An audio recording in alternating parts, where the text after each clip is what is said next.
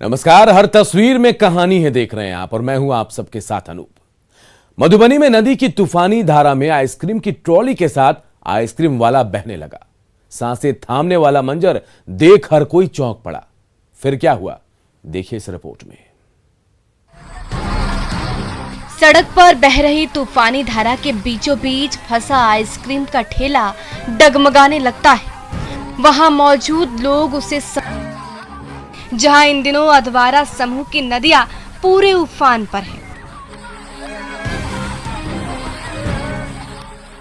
मधुबनी के गांव-गांव को जोड़ने वाली हर एक सड़क पानी में डूबी हुई है।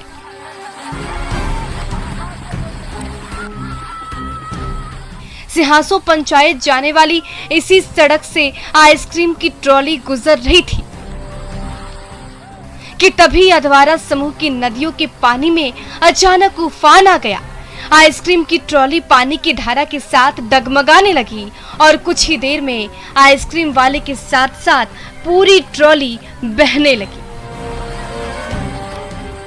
फिर तो वहां मौजूद लोगों के बीच अफरा तफरी मच गई, लेकिन अपनी जान की फिक्र किसे नहीं है, सो किसी ने आइसक्रीम वाले को बचाने की कोशिश नहीं की।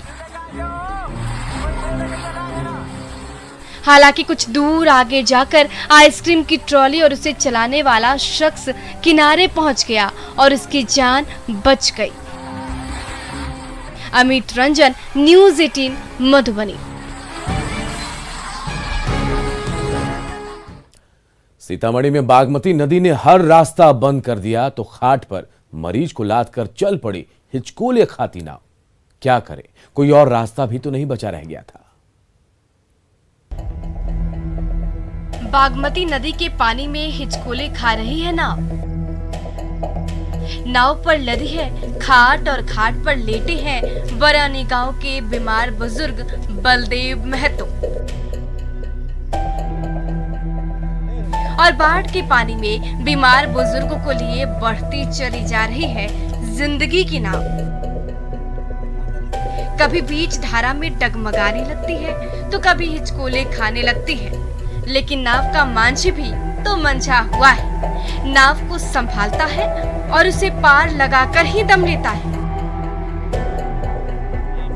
फिर बीमार बुजुर्ग को घाट से उतारकर ऑटो पर बिठाते हैं परिजन और चल पड़ते हैं रुन्नी सैदपुर के सामुदायिक स्वास्थ्य केंद्र की ओर। यहाँ से पैदल चलकर ही जाते हैं।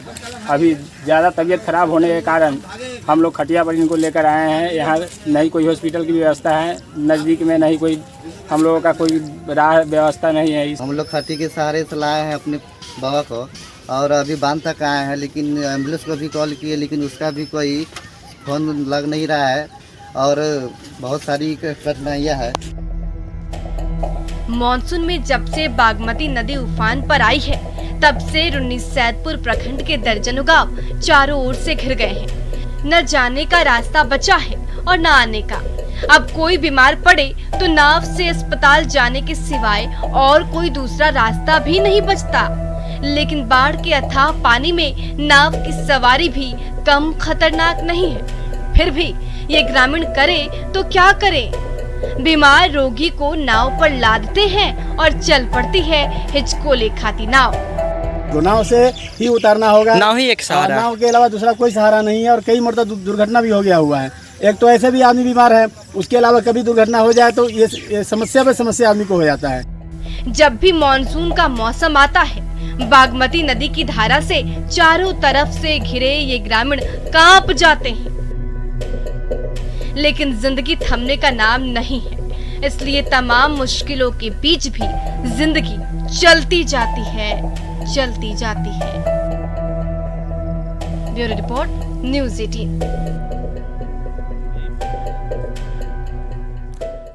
इधर मधेपुरा में कोसी नदी की तूफानी धारा से कटाव तेज हो गया है। सैकड़ों एकड़ उपजाऊ खेत कटकर पानी में समाते जा रहे और किसानों की मुश्किलों का ठिकाना नहीं है।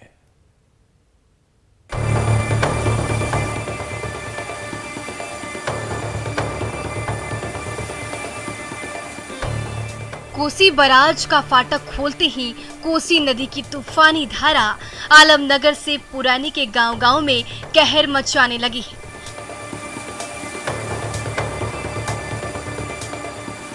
दोनों किनारों पर कटाव तेज होने लगा है। उपजाऊ खेत का हिस्सा टूट टूट कर कोसी नदी के अथाह पानी में समाने लगा है। पिछले कुछ दिन के अंदर मोरसंडा गांव का कई एकड़ खेत कटकर नदी के गोद में गायब होता जा रहा है। किसानों की आंखों के सामने उनकी जमीन तहस नहस होने लगी है। हालांकि कटाव से बचाने के लिए नदी किनारे मिट्टी के बोरे बिछा दिए गए हैं, लेकिन इसका कोई फायदा नहीं हो रहा। मैं सरकार से यही गुजारिश करना चाहता हूं कि अगर यह जो कार्य किया गया है, बैरिकेडिंग का कार्य किया गया है, यह कार्य अगर गांव के बाहर तक कर दिया जाता यह गांव बच सकता था। पिछले कुछ दिन के अंदर कोसी नदी के साथ साथ उसकी सहयोगी बलोरा नदी का जलस्तर तेजी से बढ़ने लगा है, तो इन नदियों के किनारे बसे सैकड़ों गांवों के अस्तित्व पर खतरा मंडराने लगा है। नदी की उफनती धारा हर दिन कहर मचाती है और दोनों किनारे की मिट्टी परत दर परत कटकर पानी में समाती जा रही है। ग्रामीणों की आंखों के सामने तबाही और बर्बादी का मंजर दिखने लगा है। ठेकेदार के द्वारा, संवेदक के द्वारा यहाँ पर खाना पूर्ति किया गया है, थोड़ा सा ही कम करके वो चला गया है। इसी वजह से अब गांव कट रहा है, जिससे ग्रामीण को भुगतना पड़ रहा है। कोसी नदी के रौद्र रूप से मधेपुरा के ग्रामीण त्राहिमाम कर रहे हैं, लेकिन उन्हें कटाव रोकने के बजाय खाना पूर्ति की जा रही है, जिसका खामियाजा उन ग्रामीणों को भुगतना पड़ रहा है। तुरबसु, न्यूज़ 18 मधेपुरा। मुजफ्फरपुर में बूढ़ी गंडक नदी के कहर से गांव के गांव सैलाब में समा गए, तो बेबस बाढ़ पीड़ित नाव पर सवार होकर सुरक्षित ठिकाने की ओर भागने लगे।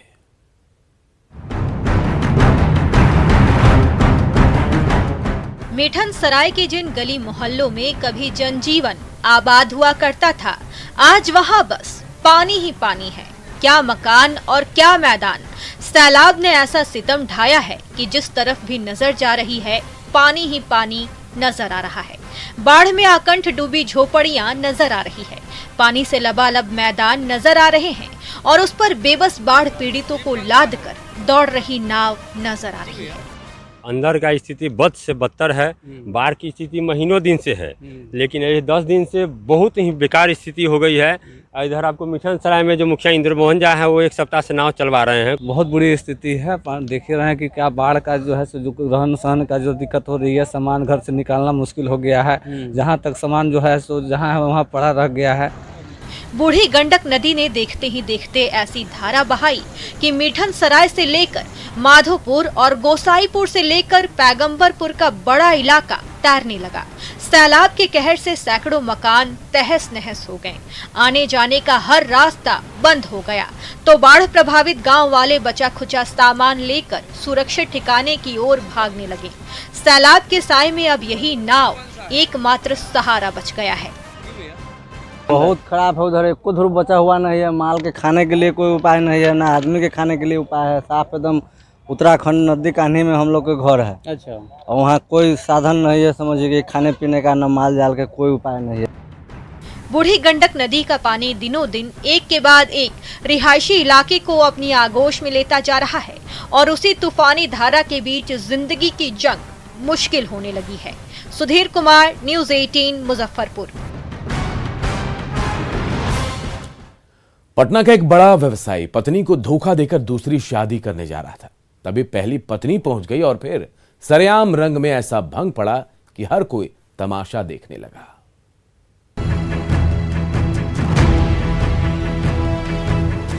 सजे धजे होटल में मेहमानों का तांता लगा हुआ है।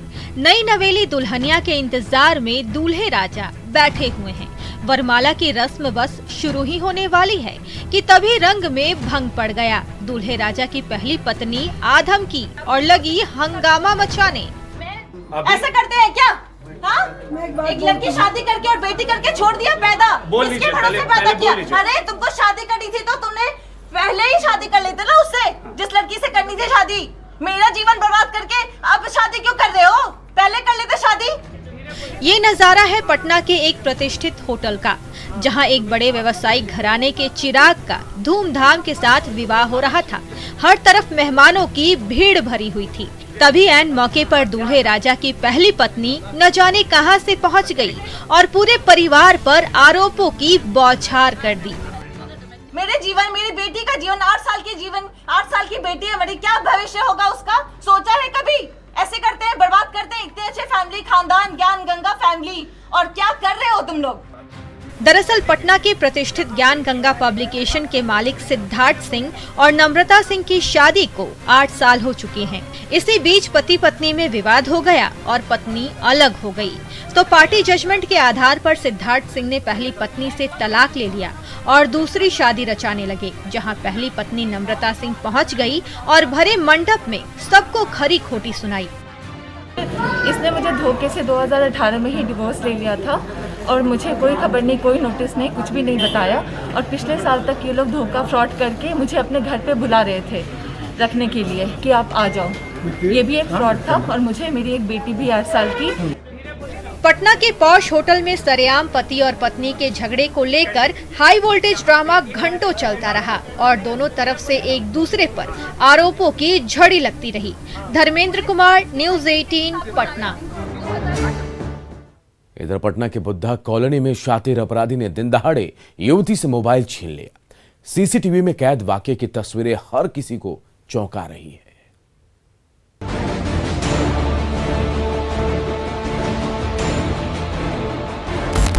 सुबह 8 बजे का समय है।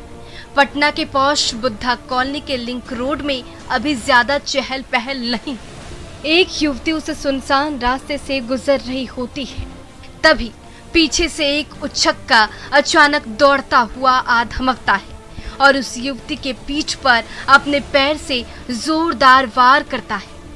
चोट लगते ही युवती सड़क पर औंधे मुंह गिर जाती है। उसके हाथ से उसकी मोबाइल छिटक कर दूर जा गिरती है। तभी ये उचक्का आप देखता है न ताब सड़क पर गिरी मोबाइल की ओर लपकता है और हाथ में आते ही पल भर में ओझल हो जाता है।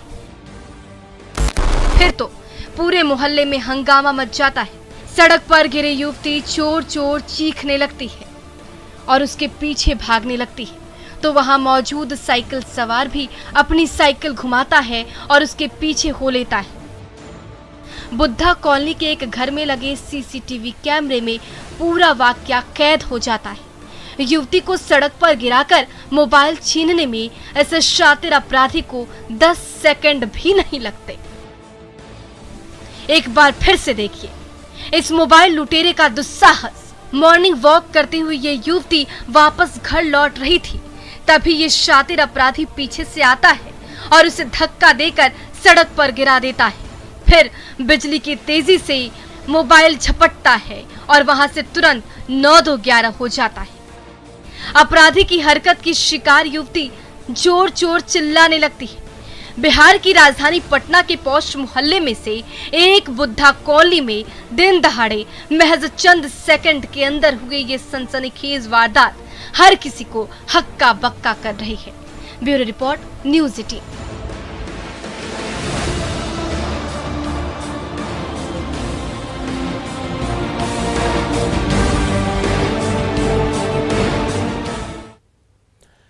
गोड्डा में जब हनुमान जी बीमार पड़ गए तो भक्ति भाव से ओत-प्रोत एक महिला ने उनकी इस कदर देखभाल की कि वो पल भर में उठकर बैठ गए।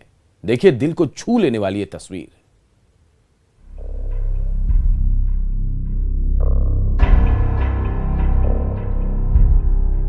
हनुमान जी बीमार पड़ गए हैं। पूरा शरीर जख्म से छलनी हो गया है। घाव से रह रहकर खून रिस रहा है।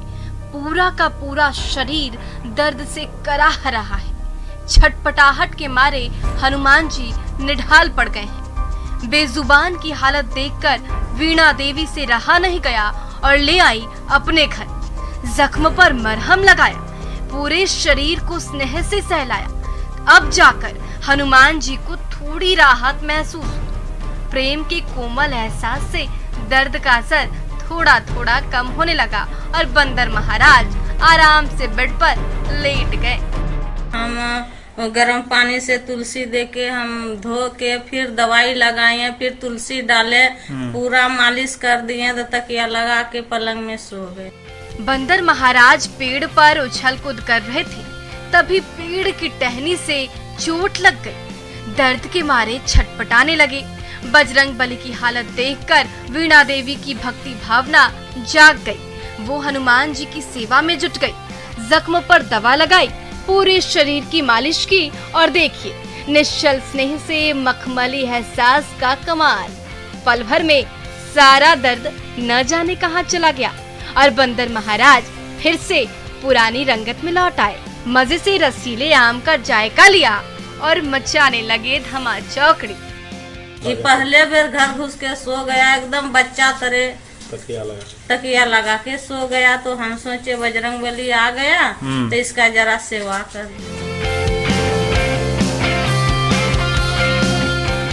इंसान और बेजुबानों का एक दूसरे से लगाव हमेशा से रहा है। ये ऐसी ही तस्वीर है जो हर किसी को बेजुबानों से निश्चल प्रेम करने की प्रेरणा दे रही है। गौरव झा, न्यूज़ 18, गोड्डा।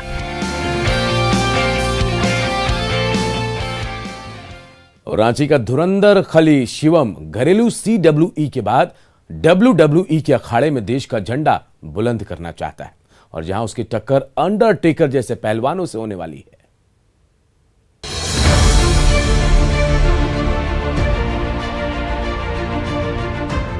मिलिए रांची के खली शिवम कुमार से। वही भारी भरकम डिलडोल, वही गढ़ा हुआ बदन, वही टशन और वही जुनून, जिसकी दरकार ताकत और जोर आजमाइश के रिंग WWE में होती है।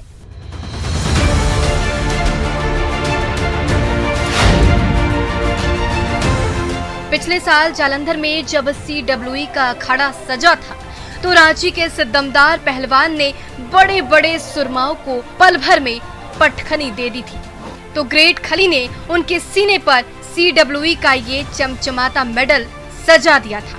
अब रांची के इस होनहार फाइटर की नजर WWE के उस तमगे पर टिकी हुई है जो अंडरटेकर और बटिस्टा जैसे वर्ल्ड फेमस धुरंधरों को मात देकर ही मिल सकती है। ये तो बस शुरुआत है, आगे बहुत कुछ करना है और बहुत जल्दी हमको WWE की टाइटल चाहिए और CWE की हेवीवेट टाइटल भी चाहिए। तो बहुत जल्दी हम बहुत लोगों को मारने वाले हैं और दूसरी टाइटल भी अपने नाम पे करने वाले हैं। लैब टेक्नीशियन मां के होनहार लाल शिवम को उसके अभिभावक डॉक्टर बनाना चाहते थे, इसलिए मारवाड़ी कॉलेज से पढ़ाई की। MBBS का एंट्रेंस एग्जाम भी दिया लेकिन पास नहीं हुए। फिर चल दिए अपने पहले प्यार रेसलिंग को हासिल करने जालंधर। चुस्ती फुर्ती के लिए घंटों पसीना बहाया। लगन देखकर द ग्रेट खली ने शागिर्द बना लिया और कड़ी ट्रेनिंग भी दी। आखिरकार एक दिन सपना पूरा हुआ और उतर गए CWE के अखाड़े में, जब रॉयल बैटल के बड़े बड़े पहलवानों को चित्त करके दिखा दिया कि डर के आगे जीत है। आपको अगर आगे तक जाना है, आपको फोकस बहुत ज़्यादा ज़रूरी है, डिसिप्लिन बहुत ज़्यादा ज़रूरी है, हार्डवर्क बहुत ज़्यादा ज़रूरी है। अगर आप हार्डवर्क करते हो, आप डिसिप्लिन में रहते हो, आपका फोकस सेट है, तो आपको ब्लेसिंग्स ऊपर से आती है। कब होगा, कैसे होगा? डर लगता है। हाँ, बहुत डर लगता है। चाहती हैं इस फील्ड में ही, लेकिन अब इसका मन है। लेकिन अब इसका मन है कि हमको WWE खेलना है तो खेलने देंगे। हाँ। लेकिन भगवान पे भरोसा है। हाँ, भगवान पे हमको भरोसा है कि खेल लेगा और निकल जाएगा। CWE का ये चैंपियन अगले साल जब WWE के रिंग में उतरेगा तो उसके साथ देशवासियों का प्यार तो होगा ही, माँ का आशीर्वाद भी होगा, जिसकी बदौलत उसे हर किसी का दिल जीतने में ज्यादा देर नहीं लगेगी। ओम प्रकाश, न्यूज़ 18, रांची।